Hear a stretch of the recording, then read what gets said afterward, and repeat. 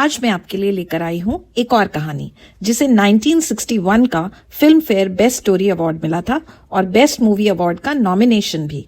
नाम बाद में बताऊंगी, पहले कहानी सुनाती हूँ। 3 मासूम बच्चे हैं, देबू, मन्नू और तुन्नी।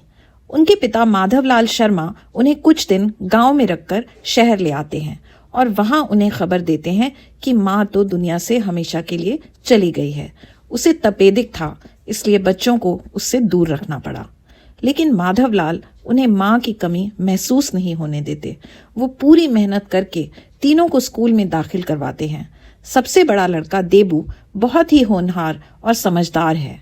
मन्नू गुस्से वाला है और हर नाइंसाफी पर सवाल उठाने वाला बच्चा है, जिसे किसी का डर नहीं। बहस मत करो, जो कहा है सो करो। उसे भी सजा दीजिए, उसका कसूर है। इस वजह से वो अक्सर लोगों से लड़ पड़ता है और मुसीबत में भी पड़ जाता है। तुन्नी तो बिल्कुल ही बच्ची है, 3 या 4 साल की। सब कुछ ठीक चल रहा होता है, लेकिन फिर माधवलाल एक एक्सीडेंट में घायल हो जाते हैं और दम तोड़ देते हैं। अब तीनों मासूम बच्चे दुनिया में अकेले हैं और रहने खाने का कोई ठिकाना नहीं। उनके पास है तो बस अपने पिता के दिए हुए आदर्श, जिन्हें देबू पूरे दिलो जान से मानता है।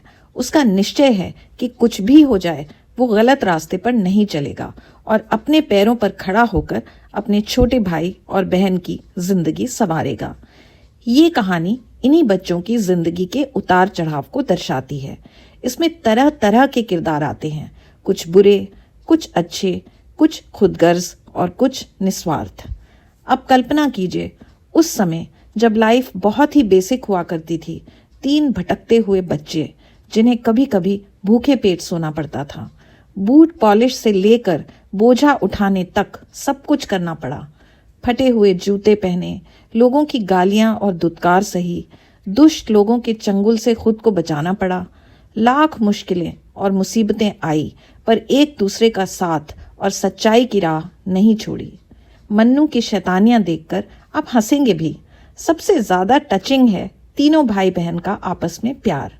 मन्नू कितना भी बुरा मालूम हो, वो अपने भाई से अलग होने की सोच भी नहीं सकता और उसकी हर मुसीबत, हर परेशानी में साये की तरह उसका साथ देता है। मुश्किल है कहना कि तीनों में कौन सबसे ज्यादा प्यारा है।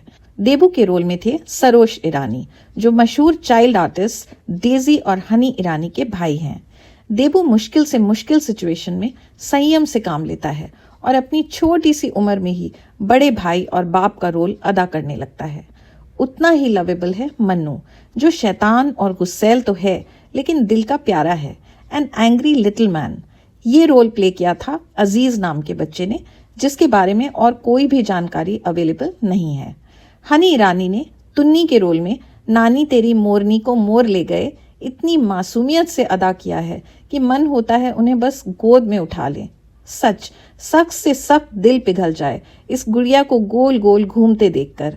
इस टाइमलेस गीत को लिखा था शैलेंद्र ने, संगीत दिया था हेमंत कुमार ने और स्वरों से सजाया था रानू मुखर्जी ने। शायद आप इस फिल्म का नाम गेस नहीं कर पाए होंगे, क्योंकि ये बहुत बड़ी हिट नहीं थी और ऑल टाइम क्लासिक्स की लिस्ट में भी शामिल नहीं होती। लेकिन इसकी कहानी में जिंदगी के सच, जद्दोजहद और उस दौर की इनोसेंस बहुत ही खूबसूरती से दिखाई गई है।